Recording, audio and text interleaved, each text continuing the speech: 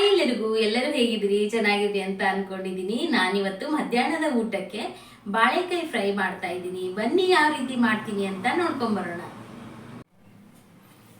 ನಾನಿಲ್ಲಿ 2 ಬಾಳೆಕಾಯಿ ತಗೊಂಡಿದ್ದೆ. ಇವಾಗ ಇದನ್ನ ಮೇಲಿನ ಸಿಪ್ಪೆ ಎಲ್ಲ ತೆಗೆದು ತಗೊಳ್ತೀನಿ. ಆಮೇಲೆ ಇದಕ್ಕೆ ಮಸಾಲೆ ಹಚ್ಚಿ ಇಡ್ತೀನಿ. ಏನೇನು ಮಸಾಲೆ ಹಾಕ್ತೀನಿ ಅಂತ ತೋರಿಸ್ತೀನಿ ನಿಮಗೆ. ಈಗ ಇದನ್ನ ಸಿಪ್ಪೆ ತೆಗೆದುಕೊಳ್ತೀನಿ. ಈಗ ಈ ಮೇಲಿನ ಸಿಪ್ಪೆ ಎಲ್ಲ ತಗೊಳ್ಬೇಕು. ಬಾಳೆಕಾಯಿ ರೆಸಿಪಿ ಬಹಳ ಚೆನ್ನಾಗಿರುತ್ತೆ. ಇದರಲ್ಲಿ ಪಲ್ಯನೂ ಮಾಡ್ಕೊಳ್ಬೋದು, ಹಾಗೆ ಫ್ರೈ ಮಾಡ್ಬೋದು, ಬಜ್ಜಿ ಮಾಡ್ಬೋದು. ಬಹಳ ಜನರಿಗೆ ಇಷ್ಟ ಆಗುತ್ತೆ ಬಾಳೆಕಾಯಿ. ನಿಮಗೆಲ್ಲ ಯಾರಿಗೆಲ್ಲ ಇಷ್ಟ ಅಂತ ಕಮೆಂಟ್ ಮಾಡಿ. ಬಾಳೆಕಾಯಿ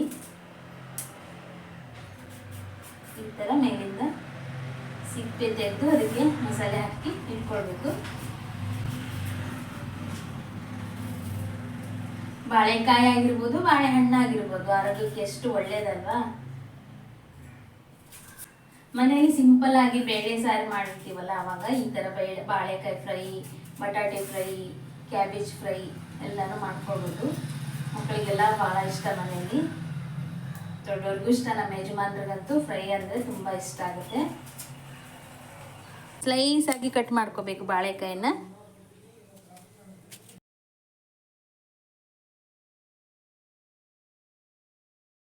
ಈಗ ನೋಡಿ, ಬಾಳೆಕಾಯಿನ ಈ ರೀತಿಯಾಗಿ ಕಟ್ ಮಾಡಿ ಇಟ್ಕೊಂಡಿದ್ದೆ. ಇಲ್ಲಿ ರುಚಿಗೆ ತಕ್ಕಷ್ಟು ಉಪ್ಪನ್ನ ಹಾಕೊಳ್ಬೇಕು. ಈಗ ಖಾರದ ಪುಡಿ ಹಾಕೊಳ್ತಾ ಇದ್ದೀನಿ.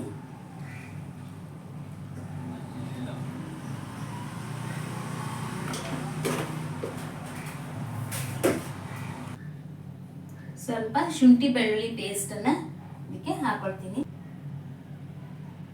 ಹುಳಿಗೆ ಜಾಸ್ತಿ ಹುಳಿ ಏನು ಬೇಡ. ಇದಕ್ಕೆ ಹುಳಿಗೆ ನಾನು ಸ್ವಲ್ಪ ವಿನೇಗರನ್ನು ಹಾಕ್ಕೊಳ್ತೀನಿ. ವಿನೇಗರ್ ಬೇಡ ಅಂದರೆ ಹುಣಸೆ ಹಣ್ಣನ್ನು ಸಹ ಹಾಕ್ಕೊಳ್ಬೋದು.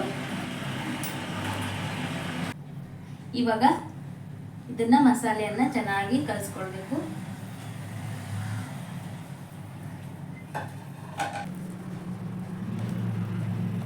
ಈಗ ನೋಡಿ, ಈ ರೀತಿ ಆಗಿದೆ ಮಸಾಲೆ. ಈಗ ಬಾಳೆಕಾಯಿಗೆ ಹಚ್ಕೊಳ್ತೀನಿ.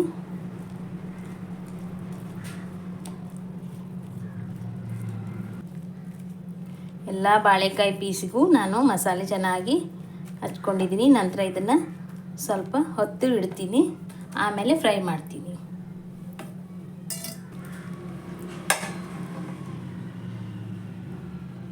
ಈಗ ನಾನು ಸ್ಟವ್ ಆನ್ ಮಾಡಿ ತವಾ ಬಿಸಿ ಇಟ್ಕೊಂಡಿದ್ದೀನಿ. ಎಣ್ಣೆ ಹಾಕಬೇಕು.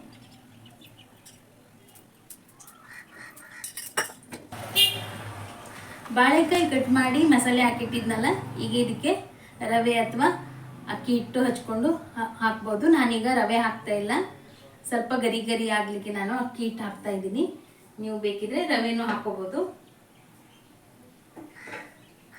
ಅಕ್ಕಿ ಹಿಟ್ಟು ತಗೊಂಡಿದ್ದೀನಿ.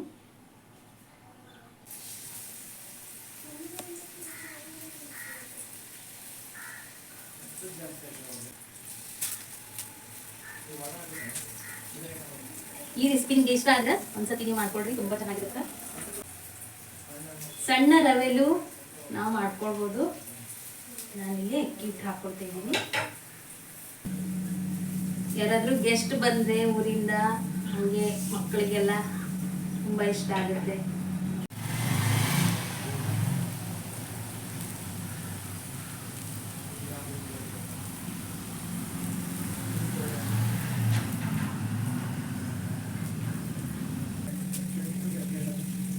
ನಾಸಿಕ್ ರವೆ ಆಗಿರೋದ್ರಿಂದ ಜಾಸ್ತಿ ಎಣ್ಣೆ ಬೇಡ. ಸ್ವಲ್ಪ ಎಣ್ಣೆ ಬಿದ್ದರೆ ಚೆನ್ನಾಗಿರುತ್ತೆ. ಎಣ್ಣೆ ಯಾವುದಕ್ಕೆ ಜಾಸ್ತಿ ಆಗ್ತದೆ ಅದು ರೆಸಿಪಿ ತುಂಬ ಚೆನ್ನಾಗಿರ್ತದೆ. ಈಗ ಒಂದೊಂದಾಗಿ ನಾನು ಮಿಕ್ಸಿ ಹಾಕ್ಕೊಳ್ತೀನಿ.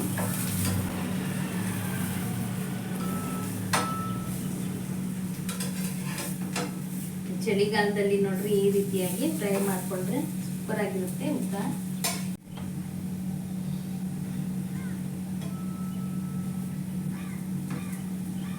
ಈಗ ಈ ರೀತಿಯಾಗಿ ಬೆಂದಿದೆ. ನಾನು ಇದನ್ನು ತಿರುಗಿಸಿ ಹಾಕ್ಕೊಳ್ತೀನಿ.